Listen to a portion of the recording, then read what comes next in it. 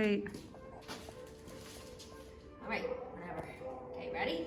All right, so this is a video tutorial of how to get a dog safely out of the kennel. So the first thing is you want to grab a slip leash and you want to make it so that the loop's not too big or too small. You don't want it to be so big like this, where if the dog goes in it, that their paws get stuck in it, which will frequently happen. And you don't want to make it too small to where they don't feel comfortable with having it go over their head. So, for each one's different. You just try to, figure that out as time goes on. So, get your slip leash ready. Use your strong hand if you can, but it's always good, especially on easier dogs, to practice holding it separately in each one. But depending on which way the gate opens, it's really going to depend on which hand you need your slip leash in. It's very hard to open a gate from this way and have the leash kind of like this. You'll be futzing around and it just creates just some issues overall. So I would practice with each hand like this and try to do it one-handed. So what I like to do is just hold it right here, and then this way I know, you'll see how that it's over the dog's head and that you can pull up to make sure it's securely on before you open that door. So the next step is just making sure that you take your carabiner off. You're gonna put it on the gate, and when we come back in, you'll see you wanna make sure that you secure it each and every time. This way, nobody can accidentally get out.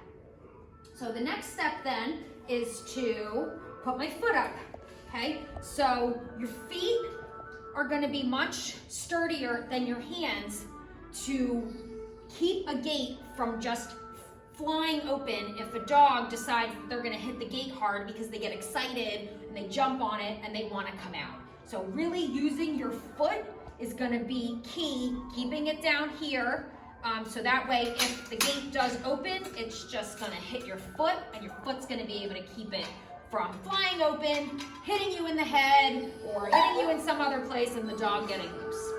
So you wanna position your foot like this, and you wanna position the rest of your body to sort of body block the area that the dog is gonna come out from.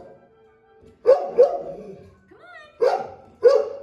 So what you do is you slip it over the dog's head, pull up to make sure that the dog is secure, and you bring them out.